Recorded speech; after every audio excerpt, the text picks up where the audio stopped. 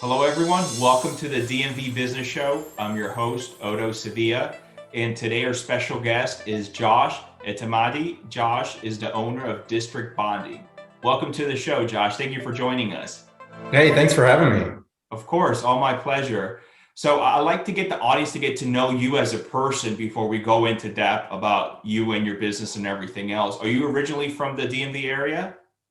Yeah, I think I'm one of the few, if not only, from Virginia. I was born in Warrenton, Virginia, so way out west, past Loudoun County even. I was born there, but I grew up in Loudoun County. I grew up in Sterling from about the time I was about 3 years old and have slowly made my way west. I spent some time in Ashburn, and now I live in Leesburg, and you're at the world headquarters right here in our basement. Awesome. So you left, you said, where were you born exactly in Virginia, Warrenton?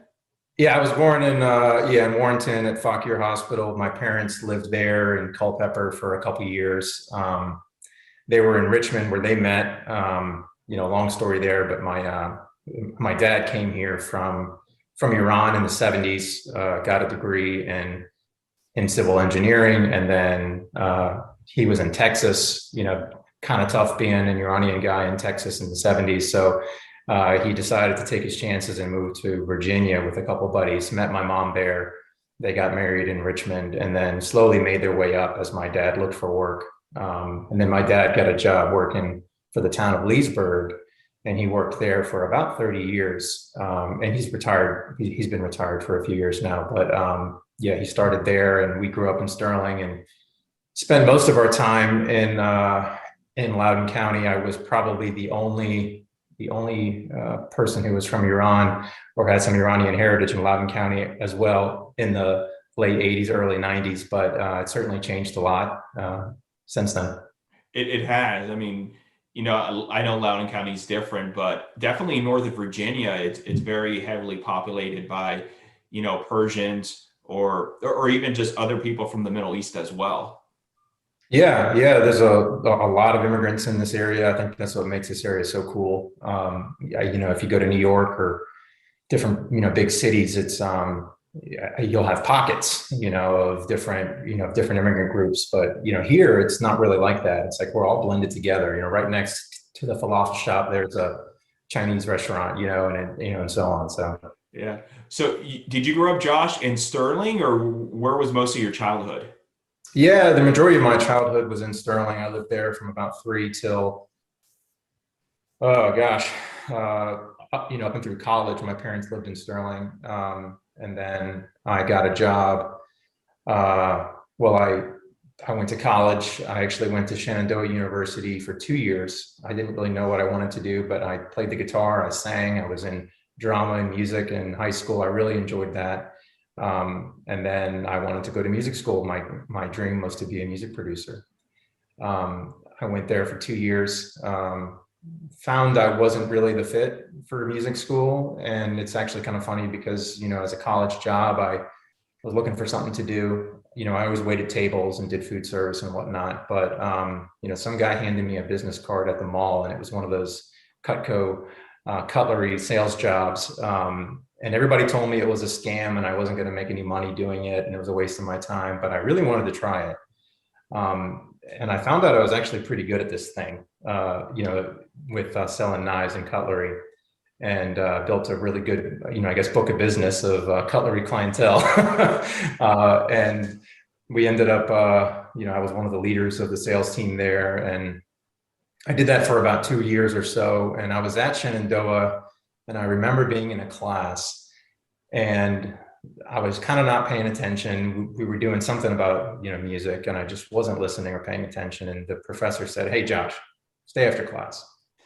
And so I stayed after class, and he goes, "So let me guess. So you were probably, 3.5 GPA in high school, right?" And I'm like, "Yes." And he's like, "You're a pretty smart kid, right?" I'm like, "Well, I guess." And he's like, "Yeah, but you don't apply yourself. You probably did 3.5 and you did it just doing it because it's in your head, and you didn't study extra hard or do whatever." I was always a smart kid, but I wasn't the smartest. I wasn't the, I was a hardworking guy, but, in school it was a little bit different. And he goes, well, why are you here? What's your passion? What do you enjoy doing? And this is a music teacher asking me these questions. And I'm like, well, I kind of enjoy selling knives. And he's like, so business, right? Sales. And I said, well, yeah, I guess. And he goes, well, go do that. You're a smart guy. You just haven't found your passion yet. So he ended up putting me, got into my head, and I started looking around, and I realized, hey, music's not for me. I would say I still play and do things, but I wasn't gonna take a career out of it. And then I looked to George Mason University. I looked at the program there, and I basically had to hit the reset button and start all over again, because all the electives were music courses. I didn't have any actual general education from Shenandoah. So I started over again at George Mason in 2000, I would say 2004. And so I was there for about a year, and then I was looking for work again. I wasn't selling knives anymore. Josh, did you start as a freshman, as year one? Because you were second year into college when this happened, right? Yeah, I was a sophomore. I was going into, I guess, my junior year, but I had to start all over again. So I was kind of like maybe halfway through freshman year. I got probably a semester's credits. And so I started there, and I took a job at Bose, selling speakers. So I was at the Outlet Mall in Leesburg, and, just kind of trying to find my way, quite honestly. And, I was there for about a week or two, and this guy comes up to me, and he introduces himself. He's with Bose, and he'd been there for a few years, young guy, about the same age as me. Turned out we had a lot in common. He grew up in Loudoun County. He was a good, good friend. And he was also going to George Mason. And he was also going after the same degree, and we had so much in common. He was also an immigrant. He had a similar background. And we just started hanging out. We became good buddies. And then we studied together. We did a bunch of stuff together. We became friends. We started hanging out. And then it was 2006 or 2007.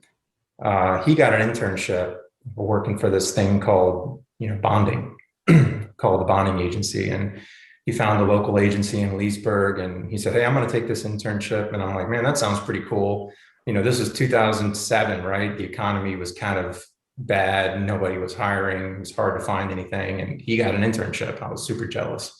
So I gave him my resume. He passed it along. And it wasn't about a few months later, I get a phone call from a guy in Fairfax, Virginia. And he goes, hey, I'm looking at your resume, and I'm looking to hire somebody. Would you have any interest in coming in for like a job interview? I said, sure. So I went in, talked to him, and he told me, he said, I've got an agency in Fairfax. I do the same thing, bonds, bid bonds, performance bonds, payment bonds. And it's a sales job. It's all commission. Whatever you produce is what you make. Pay for some benefits, but you're pretty much on your own. But if you can do it, if you've done it before, you can be very successful. And so I've been in that model, right? I sold knives. It was all commission. And at Bose, there was a commission element there too. So something I was comfortable with. And I guess I'm looking back now, kind of realizing that's what I've always done. I didn't know any better, but I took on the job. It was 2007 as an intern. And I loved it. I mean, I just dug right in. Thanks to that teacher back at Shenandoah that told me, hey man, this is not for you. I loved the process. I loved working with contractors. I was always a very consultative and analytical person. I love to help people. I love to kind of dig into the details of each deal, find out where the pain points are, and find a solution. And so, especially in construction, there's so many small family-run businesses, and every single deal is different and unique.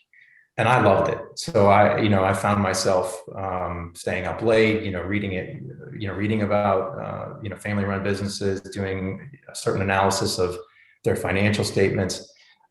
It was just a blast.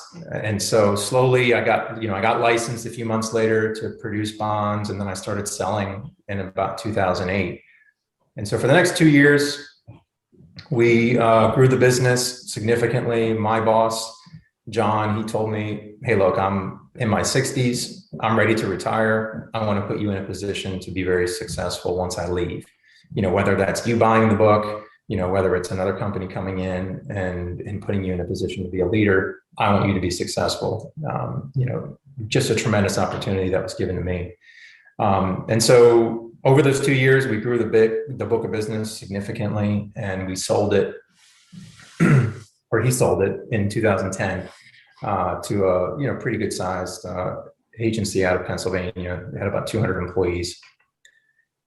At that point, I felt great. I was in a good position. That's where my business partner, but at the time, my friend Eden, was looking for an opportunity. He was still at the old agency, and we had a position open. So I said, "Hey, come join us."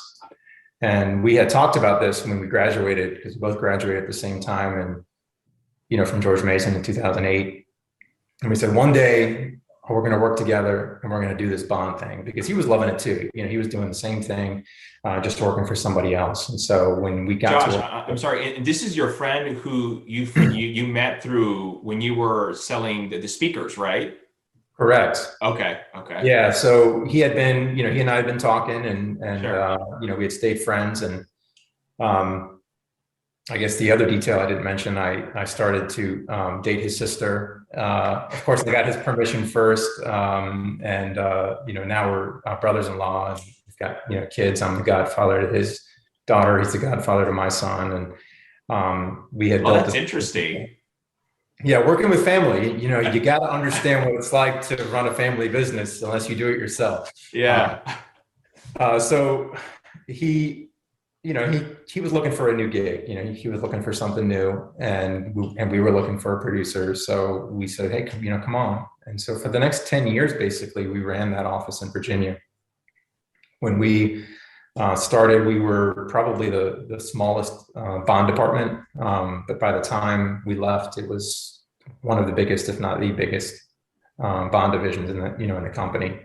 And so for those last 10 years, we grew it. We grew professionally, personally. I got married. We had kids, and and all that stuff. And we still had this dream of starting our own company. We one day we're going to do it, and it was just never a good time. It was always next year. We'll do it next year. It was good. It was a good book of business. Well, we had a lot of clients. Things were good. And then it was late last year. Our parent company sold to a large company. At that point, it just felt like it was the time for us to do it.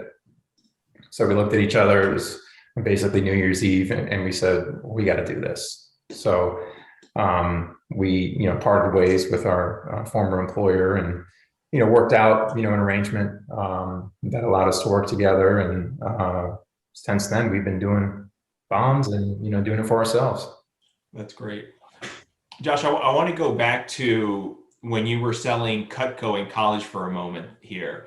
And the reason I want to do that is because I hear many times other people, entrepreneurs, that not all, some of them have started with Cutco knives, and the skills they learned with that. Can you briefly just, you're here a college student, you don't know what you're getting into. I'm sure everyone, friends and family, is like, "You're going to go sell knives, Josh? Really? Why?"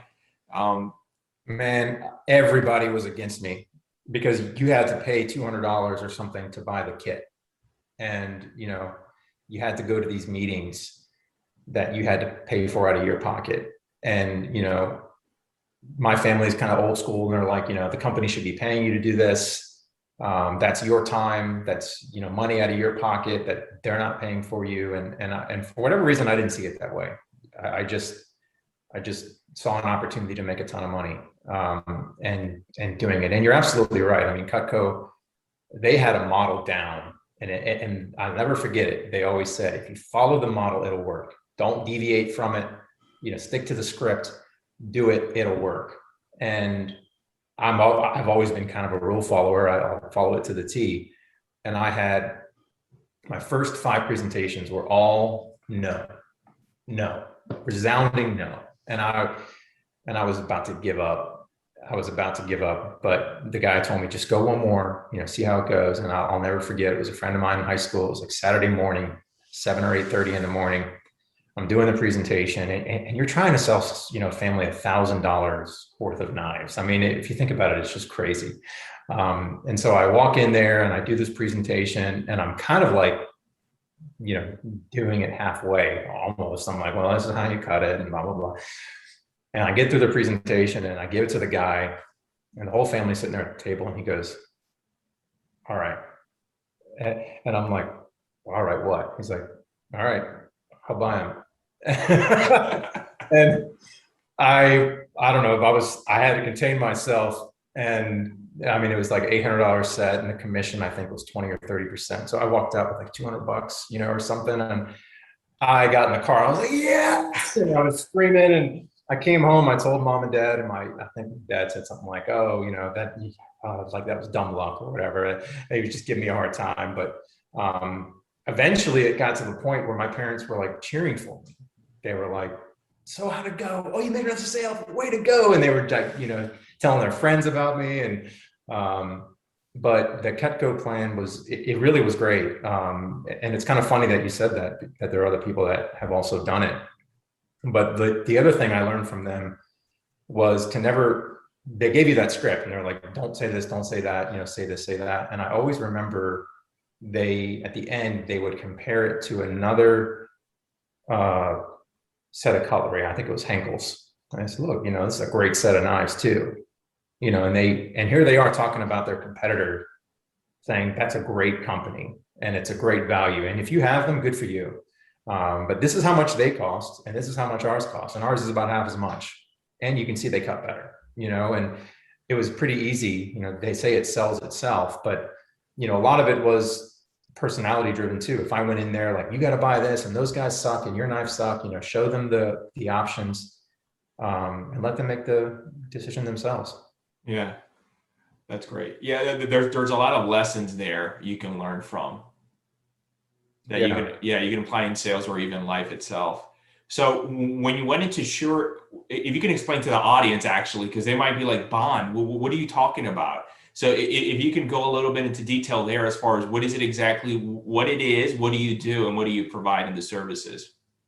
Yeah, I've gotten a few calls since we launched for bail bonds, and I've gotten a few calls for savings bonds and government bonds. I don't do those. But what I do provide is basically a financial guarantee for a construction company. So when a construction company, primarily in the commercial and government space, when they need to bid a job, or they're negotiating a contract with a general contractor, they have to provide their insurance, their certifications, all that stuff, right? But the insurance protects against like a catastrophic incident, like, somebody falls and gets hurt, something gets broken or crashed or breaks or fails. Bonds is not that. Bond is a guarantee. So we are guaranteeing that the contractor will perform the contract and that they'll pay their bills. So it acts more like a letter of credit than it does like an insurance policy. And so we're basically doing a deep dive and an analysis of the contractors, their financial background, their history, their references, their resumes, and then we're brokering that risk to an insurance company. So we'll take their financials, their credit, their background, and we'll say, hey, this is a nice account. They're based in DC. I met them through here. Here's the story about why they're deserving of your surety credit. Because the owner, the person who's asking for this bond, wants a 100% guarantee. So if the contractor fails and they have $1 million contract and they've already paid them $500,000, they don't want to have to go pay somebody else $500,000 to finish the work, if not more. They want to be able to just call the bond company comes in and says, all right, we'll have somebody else come in here and finish the job at no cost to you, or we'll just cut you a check for your troubles and then let you figure out the rest. So that's really what the bond does on the protection side. But what I do every day is it's a lot of advising small businesses on how to grow their company to a position to become more bondable. And that's really just the nature of running a good business. So, if you run a good business, you will be bondable. Things like, if you make money, leave it in the leave it in the company at the end of the year. Don't buy boats and toys and, things like that. When you get to the point to where the company can stand on its own, you can start having fun. But while you're growing and building your business, you want to partner with the right CPA, the right banker, the right attorney, the right bond person, and build that circle of trust so you can, grow your bond capacity and, do whatever you want to with it, whether it's, sell it to a large company or give it to your kids, but, put a good foundation together. Sure, great. So you're dealing mostly with construction companies, correct? Yeah, about 90% or 95% of them are construction companies. We will write bonds for facilities maintenance contractors, janitorial contractors. There's bond requirements there. And then there's different kinds of bonds, on the commercial side, which, large corporations need for, permits around the country and things like that. But the main focus of this agency is construction related. Okay. And you mentioned earlier you're advising them. So I guess you're talking to a construction company as far as how can you get bonded in the future and what is needed as far as what the insurance provider is looking for? Correct. So there's certain ratios that we're looking for. There's certain, character elements. We talk about the 3 C's of bonding. So character, capacity, and capital. Character being your reputation, your references, resumes. We do look at personal credit, as an underwriting factor. If somebody's brand new and getting started, how they run their personal life is probably how they'll run their business life too. So we look at that. Capacity, we look at prior jobs, prior job experience. So if they've done a, $200,000 job, painting a, wall, and they want to now paint a bridge for $2 million, is that really is that really comparable? So we look to the right people that have the experience, but maybe just need a leg up. Maybe the biggest job they've done is, say $500,000, but they really want this job for 1.5. We'll talk about how we can get there. And then capital is, kind of the main driving force, but, having money in the company to withstand a slowdown, especially as a subcontractor, right? So if you have a GC that doesn't pay you in 60, 90, 120 days, and you've got guys on the job that are, threatening to walk off if you don't pay them, you got to have cash to keep that job going. So, we'll recommend they get a line of credit with their bank, right? So, hey, go get a bank line of credit in case you run into a snag. Contractors are proud, and they're often proud to say, well, I don't like debt. I pay all cash. But, leveraging relationships with their bank, getting a, CPA that understands construction is another thing that we tout. Somebody that does your taxes is going to tell you to, save money on taxes by doing things like buying a boat or buying equipment and trucks and things. But if you want to grow your bond capacity, you got to show the bond company that you actually make money. And so, building that balance sheet over time to where you can kind of go back to, like I said earlier, stand on its own, where you can tell the bond company, hey, I've got more than enough money in a year to qualify for this bond program. So I want a better rate. I want more capacity, or I don't want to sign personally anymore. You want to get to the point where the company can be bondable on its own. So you are truly an advisor to these construction companies. We like to think so. It can be an uncomfortable conversation. We've had clients tell us that we know more about them than their own spouses do sometimes, because we are stripping them down to their underwear and sometimes even pulling those down too. But finding everything we can about the company, because we're going to go and advocate to the bond company about these guys being a good company. So being open, transparent, having a conversation and open dialogue about the bad things, because no company's perfect. Sure. And then we can kind of spin it or sell it, in a way that kind of shows that we have a path and we're working to guide them. Josh, so once you have someone that is bondable, I guess, I don't know if that's the correct term, then you can go and find a bonding company who would bond them, correct? Correct. So, the insurance agency model, I think everybody knows you can't just go to Geico and get a quote. Even if you do, they run it through an insurance agency on the back end. So the model is set that if you call Travelers or Liberty, they'll say you've got to go to an agent. and that's someone like us. And so they pay us a commission for bringing us to them versus some other company. And so we have an intimate knowledge of what each company wants. So if you're a brand new company with no experience, it's going to be a lot harder to go to one of the standard markets, as we call it, to be able to get the bonding that you need. So you want to partner with an agent that understands all the players and how to obtain, how to obtain those bonds, depending on what you need. And the goal is to get you the best rate, right? And to get you the most capacity and to require the least amount of information from you. But at the beginning, it's kind of a grind. I mean, it's a lot of information. We ask for, 3 years of financials, personal statements, work in progress schedules. It's a pretty thorough process. But the end goal is that if we can show the bond company that you are a well-run machine, we'll have people in line that want to get bonds. And that's the goal, is that we make it a little bit competitive. So the sureties are dropping their rates and doing what they can to try and get in the door with you. Sure. So since you've been in the industry for over 10 plus years, these relationships you have with different bonding companies. So when someone comes to you, they're not going, for example, just using the insurance example you just mentioned, Geico, but you can say, we can get you quotes from Geico, State Farm, Allstate, and whatever it may be. Yeah. So when we get in touch with somebody, we'll analyze their financials and then determine where the best fit is, because they're going to go to they might go to Hartford or Travelers or Liberty, and Liberty's going to say, well, you're too small, or, well, your credit's not great. And we know which companies are going to work with the situation. So we do the full analysis, and then we decide, okay, these 3 companies are probably the best fit. Let's go there and see where it goes.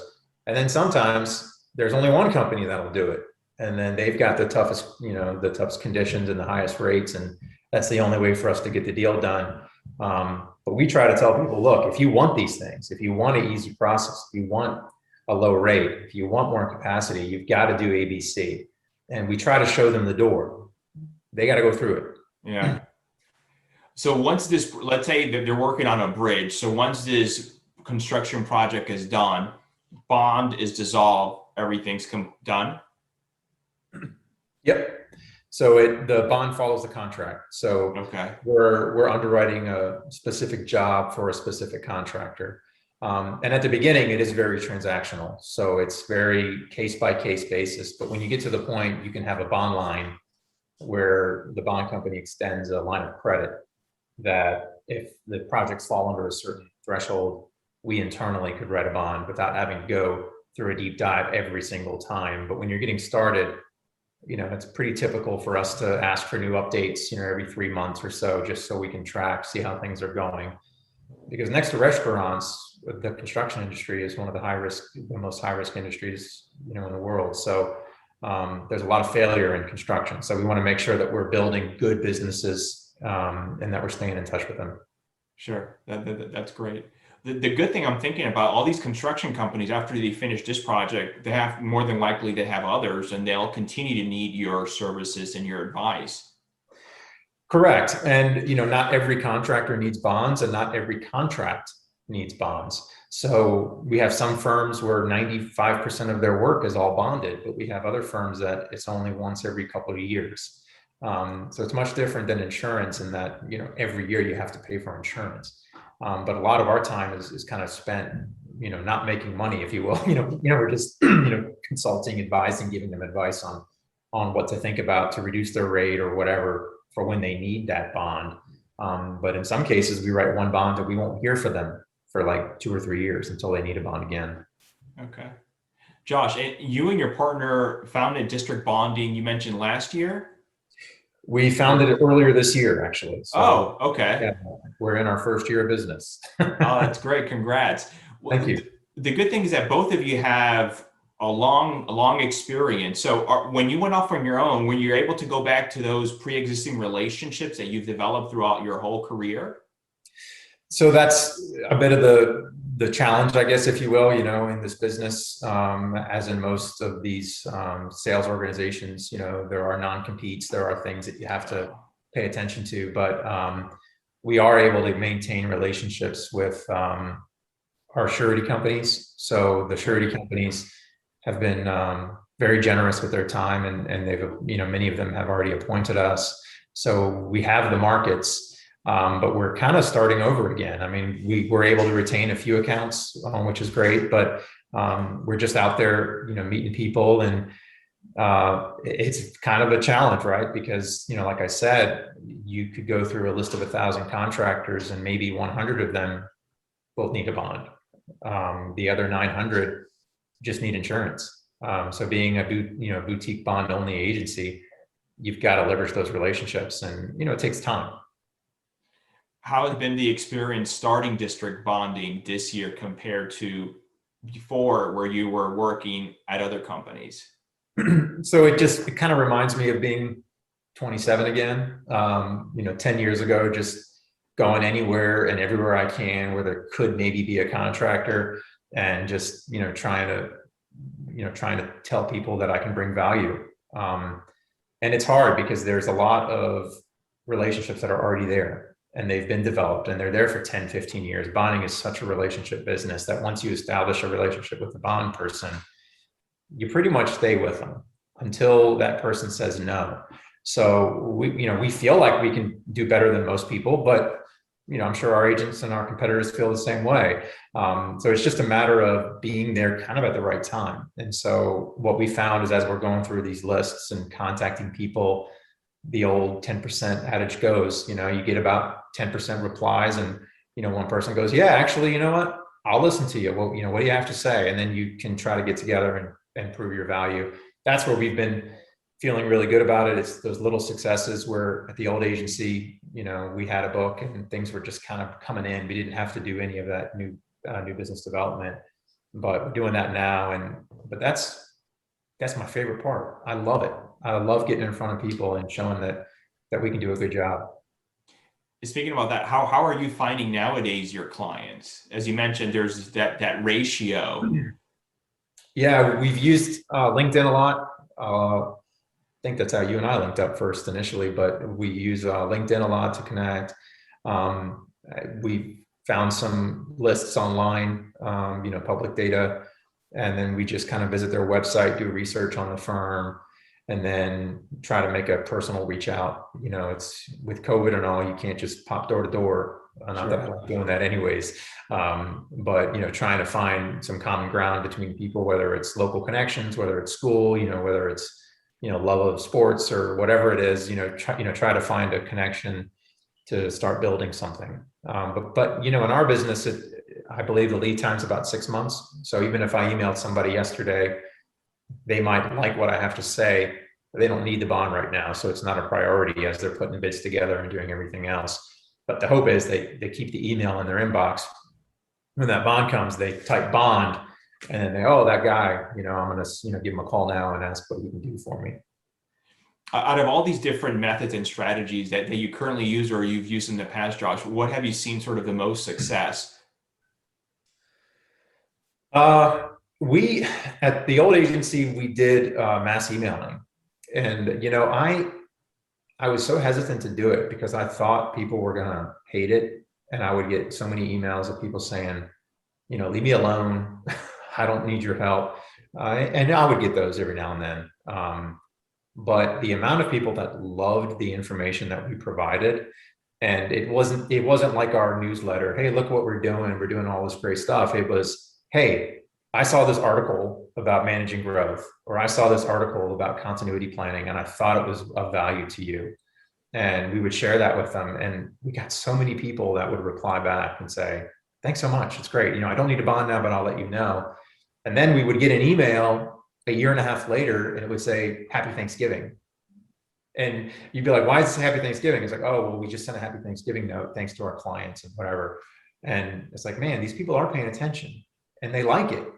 And so that's what we plan to do here too, is to just kind of stay in touch with people, not the, buy a bond now, no problem, I can help you. It's more of like the, hey, there's an article or there's something of value, there's a pre-bid, there's a conference, and, we think you should attend.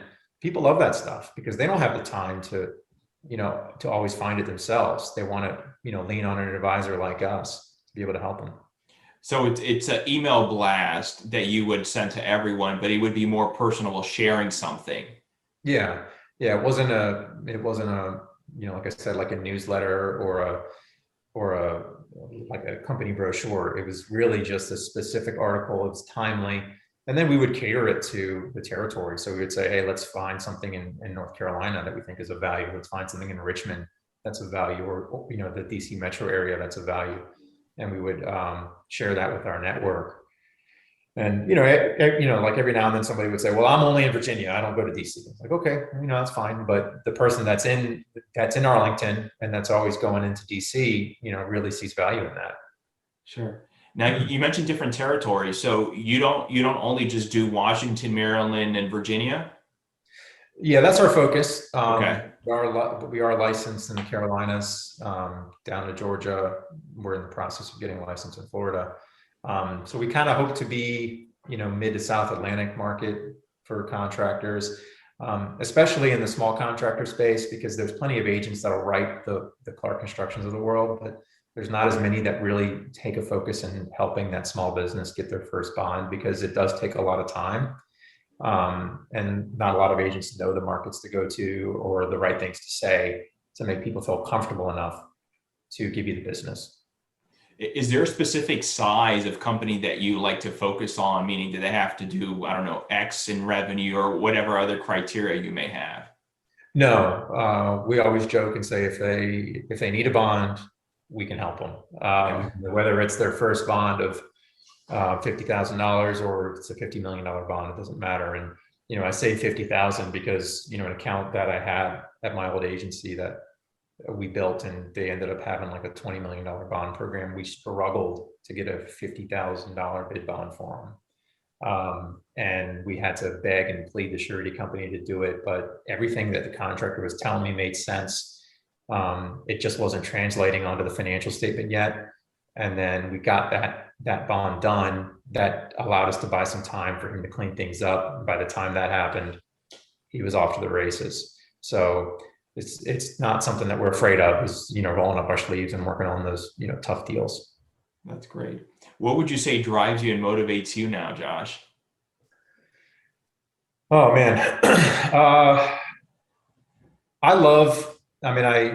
tie it back to my personal connection. I mean, with my dad coming here in the 70s, he came here for the pursuit of the American dream, right? And he wanted to give something to his kids. And a lot of my clients they may be an immigrant background themselves too, but they're all doing the same thing and they're pursuing their own version of the American dream. So I love to help people put food on their family's table, put food on their employees' family's table, and make a difference in the economy. So, when Ed and I were talking back at the old agency, we were spending an evening bragging about the deals that we did, right? That's what you do in business. So, with the deal you did, but we weren't talking about the commission. We were talking about how many jobs those bonds created, and he wrote a job that created like 50 jobs. And a year prior, nobody would touch these guys for bonds. So for him, it felt like, hey, I'm contributing to local economy. And then you're driving down the road and you see the trucks, with that company name, and you're like, I did that. Like that's the best feeling. It is. It just reminds me of myself when I'm working with different businesses, and I just play a small role, whether it's a new business as a startup or whether something established. Don't get me wrong, we get compensated, but just the after effect, as far as just being part of that journey and helping out and advising or whatever your role may have been, it just pays bigger dividends. I get chills talking about it all the time. It's I've got countless stories of firms that have said, I'm here now thanks to you guys. It's just great. I mean, obviously, we don't know how to run a job like they do, but we know how to help them get a bond so they can run their job. But it feels pretty good to be a part of it. Yeah, that's great. Now you just have to tell them, if you know another construction company that needs bonds, remember to mention me. Yeah, let me know. Yeah, definitely. Josh, what is it that you're most proud of thus far in your career? I know you and your partner established this year district bonding, so I have a feeling that may be it, but what can you think of as far as being the most proud of? Yeah, I mean, it's been dream of ours for a long time to be a business owner. And I've talked to so many people who are reaching their retirement age now that have told me, if I was your age, I would have done it. I would have, I would have bet on myself and I would have done it. And I knew that I didn't want to live with that regret. And I get up today with with a different sense of purpose and passion. We're not making as much money as we did back at the old agency. We're just getting started, but every darn dollar feels pretty good because it's your own and it's hard earned. It's a grind, but I love it.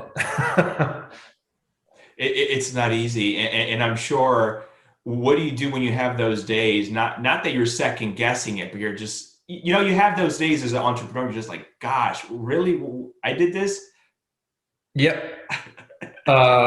Just about every day, at least an hour, I'm like, what am I doing? But especially prospecting, because it's just constantly on the phone and emailing, and you'll go through 40, 50 people and nobody replies and nobody responds and you're just down and out. But we had something happen like last week or 2 weeks ago. We were both down and out, and it was a long week. Nobody was replying to us. And we got a phone call at about 2:30 on a Friday, and they were like, I need a bond. And it was somebody that we had emailed. And it was like, oh, all of that was worth it. It was just the best feeling. So you gotta live with the ups and downs. We were used to it, at our old agency. What was funny was, I would say that even though Ed and I were business partners now, we were coworkers, but we were also competing with each other, right? So I would have a really good month and I'd be killing it writing bonds, and he'd have a slow month. And I think he said it. He said, wouldn't it be cool if we were working together and your down month would be my up month and it'd be 50-50? And like, yeah, that would be pretty cool. So, right now he's got a couple things in the pipeline and it's great to see him working, and I'm just over here prospecting, slaving away, trying to get something. But I know next week it's going to flip. He's going to be down in the dumps and I'm going to say, hey man, I'm doing great. I don't know about you. But that's what makes it great, is that, we're here together and we're supporting each other as we grow the business. Your partner is Evan, Josh? Is that his name? It's Eden. Yeah. Oh, Eden. Yeah. Okay. So how is it working? It sounds like you guys are very close as a friendship, as friends. So how is it working with, I don't know, best friend or very close friend, plus business partner, and also brother-in-law? And godfather to my kid. So there you go. And godfather. Yeah. Well, we've been friends for years. We just linked, man. You can't describe it. I took a job at Bose, right? And this guy I met, he's from Bosnia. He came here. Same thing. They left a war-torn country and had to flee the country. And he has an immigrant background. We have some cultural similarities. And we just kind of linked. And then like I said, I went to go study one day. I met his sister there, and his mom set us up for a date, and then the rest is kind of history. And, we do family trips together. We do everything together. It's probably a little harder now that we're business owners. We'll have to bring our laptops with us, but, it works out. I mean, it's taken time. I would say in a family business, that's the thing you got to figure out, is there's the family time and then there's the business time. Excuse me. And you've got to separate it. You've got to separate that difference between it. And the first 2 years were tough because, both of us would come to each other in the middle of work to talk about something, personal. And sometimes that, created conflict. So we found a way, like, hey man, 9 to 5, it's all business. We won't take it personally. And then 5 on, we're still going to talk shop, but we'll be family again. And it's worked out great. That's great.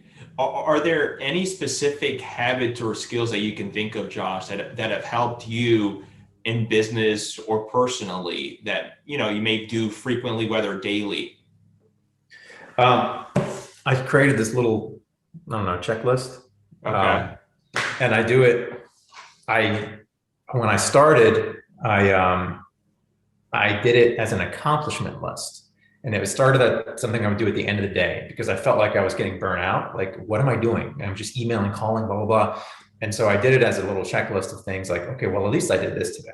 I didn't make any money, but I did 10 things on the back office side. I made 25 touches. I did whatever. And that's kind of morphed into a daily thing that I do at the end of the day, and I do it in the morning. So I come in, or I'll prep it at the end of the day, and I'll say, well, okay, what did I not finish on this list? I check off everything I did, and then I transfer that to a new sheet, and I write down, things that I want to accomplish the next day. And it feels really good to know, okay, well, I did my bare minimum, especially on the prospecting side. Like, if you're not constantly staying in front of people, you're not going to be able to build your pipeline. So, my thought is, if I have a minimum of X calls a day of new people and a minimum of X calls, for follow-ups, somebody will eventually respond. And then the rest of it is, okay, I actually have a bid bond I got to get out today. I have a performance bond I have to get out today. I should probably call the surety and tell them about this new deal I'm working on.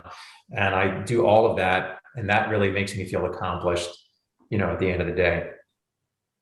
That's great. Thank you for sharing that about the list. Yeah. What would you say is your biggest challenge with your role at district bonding today?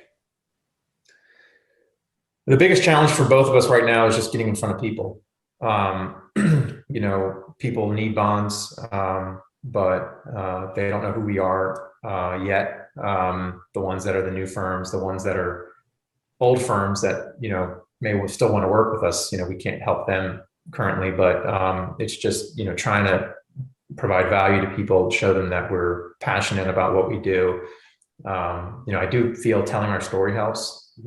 Telling about us being brothers-in-law and, being a family business, being locally owned business helps.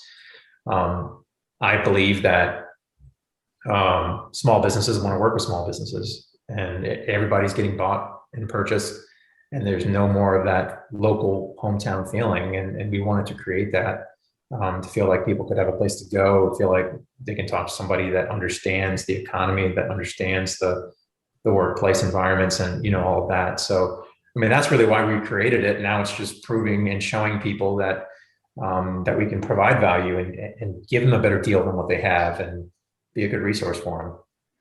It's so true. It's just about establishing those relationships. It just reminds me a deal I closed this week. I'm at a table, we're doing a new lease, and part of the requirement is a COI, the certificate of insurance, that all businesses need to provide to the landlord prior to moving into their new space. So they're talking, and they immediately at the table call, I guess they just wanted a quote. I have no idea. I don't know why they did it at last minute. They call their agent, who I believe was with State Farm. They start calling they call the agent, and then the agent calls them back and says, oh, they've had previous business experience, but the agent says there's nothing on record. Supposedly they've been with this agent for 20 plus years from what they told me. And they were very upset. So I texted an insurance company I know. He's the CEO of an insurance company. And I was like, hey, I need someone on the phone. And immediately within that same day, they were talking to someone else. But you just never know where the need may arise. And like you said, people form these long-term relationships over 20 years from what they told me. And they weren't happy, and there may be an opportunity that may present themselves to someone else. Well, exactly. And, thanks to you, right? You knew the connection of the guy who could make it happen. It's leveraging your relationships in your circle. It's not just contractors. It's staying in front of even commercial real estate agents, like yourself. There's different types of people that we could partner with. We partner with bankers, with CPAs, with attorneys, even with insurance agents that don't do bonds. We always say, let us help you with the bonds. We won't touch the insurance. And when they finally have that need, they call us, we step right in, we show value, and you just have to do it one time. Yeah. You just have to prove that you're good one time, and then you get the next opportunity. Yeah, that's what it is. And I know that I've referred other people to this other person, and they've always knocked it out the park. The ball's never fallen. And, obviously that can always change, but so I know they're my go-to source, and there you go. I know they're going to treat that other person right. Yep. Yeah. Exactly. But I 100%, it is all about the relationship. What do you know now, Josh, that you wish you would have known at the start of your career? Man, that's a great question. I would say not be afraid to just ask. I spent the last 10 years I spent, at the last agency. I mean, like I had a good book of business, but there were some big accounts there that were out there in the marketplace that I just kind of told myself, oh, they're probably too big for me. It's being confident in myself to just go and ask. We always joke about it, like the pretty person at a party, they probably never get asked out because everybody thinks that they're too pretty or they're too good looking. And we say the same thing in this space. And we've already had conversations with very large companies that just were appreciative that we reached out because we're local or whatever.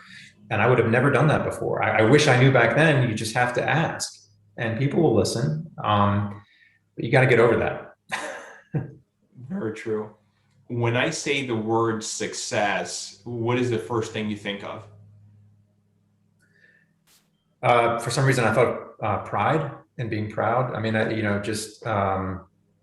being proud of what you can accomplish and what you can do. I mean, I've always had a kind of a chip on my shoulder and, wanted to prove myself. Like I said, the guy back at Shenandoah, pegged me. You were kind of a run of the mill, average, student, 3.5 GPA, not below, not above. But I always wanted to prove that I could be excellent, and that I could step in and do something great. And I did an exercise a couple of years ago, and somebody asked me, list 5 things that you're really proud of. And what did you do to get there? And it was just a really eye-opening exercise that I always enjoyed. I enjoyed the success, but I enjoyed specifically kind of being underestimated and people thinking that it wasn't possible for me. Not sure if you could tell, but I grew up with a stutter as a child. I still struggle with it to today. But I worked really hard on that. And so part of my success is being comfortable, speaking in front of people and doing things. It's not something that I talk about all the time, but it's something that I'm proud of, that I can go in front of people and still overcome my fear. And I have fear every single time I go up to speak in front of somebody. And I've had days where I couldn't get the words out. But being able to say that I'm successful, in my mind, that's my success, is being able to overcome those obstacles. As a kid that couldn't, couldn't say anything. And, now being able to, at least hopefully communicate with you today. That's awesome, Josh. If you wouldn't have mentioned that, I would have never known. It happened about 4 times today during this conversation, but I've just a lot of training from basically elementary school. I went to private lessons for it, and then in middle school too, I did, and eventually kind of found ways to work around my stutter. But it is what it is. Okay, that's awesome. I would have, yeah. And you said 4 times. I'm like, really? I never noticed it, but that's great. There's tips and tricks to work around. There you go. So what does the future look like for you and for district bonding? I don't know if you and the partner there have a vision for the next 3 to 5 years. We want to stay, I think every company says this until they sell, but we want to stay privately held. We want to be locally owned. We want to build a place where people feel like they're dealing with somebody that genuinely cares about them, not just a guy getting a paycheck. We're going to be around for a while. I've got, I don't know. I'm probably going to do this till I die, at least 30 plus years, hopefully, at least. We want to be a local resource and be privately held. And there's not many agencies out there that are locally owned anymore. So keeping the money locally, working with people in the area and being, I guess the real vision is kind of like being the largest privately held surety brokerage in the DMV. That's awesome. I love that. Listening to your story, it sounds like a lot of people, the path they go eventually is to sell, right?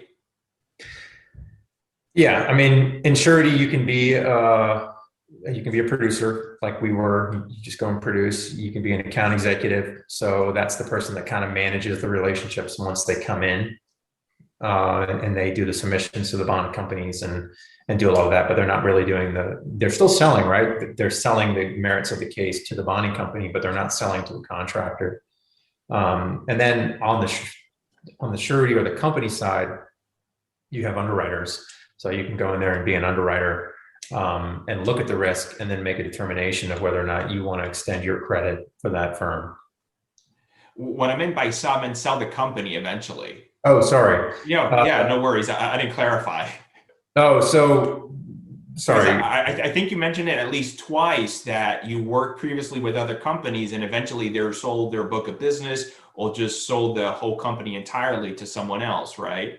Yeah, I mean sorry about that. I mean the thing about construction and then surety too is these companies are family-run businesses. So if you're doing $5 or $10 million a year, unless you have a kid to pass it on to or somebody to sell it to, you're kind of stuck. And a lot of these folks, I hear time and time again, well, a friend of mine sold his agency in the Midwest last year, and he said, well, I wanted to give it to my son, but he wanted nothing to do with the business for whatever reason. So I sold.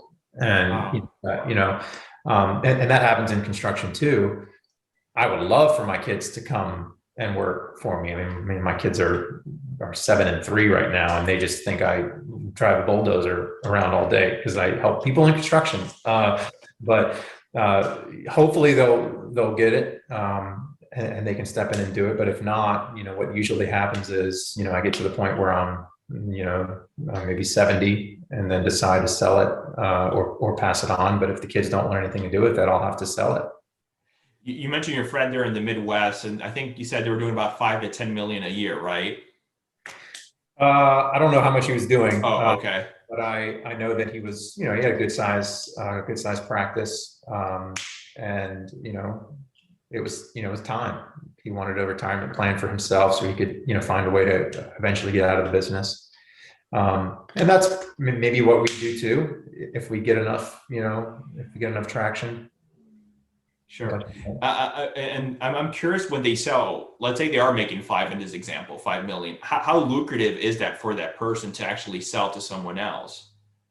I mean, it can be. And in this time right now, mergers and acquisition space, I mean, insurance agencies are getting gobbled up, and that really seems to be the only way people are truly growing is just through acquisition versus organic. And people are paying a premium for it.